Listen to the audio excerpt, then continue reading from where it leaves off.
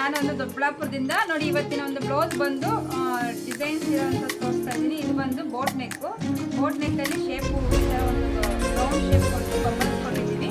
ನಿಮಗೆ ಬೇಕಾದರೆ back button ಮಾಡಿಸ್ಕೊಬೋದು.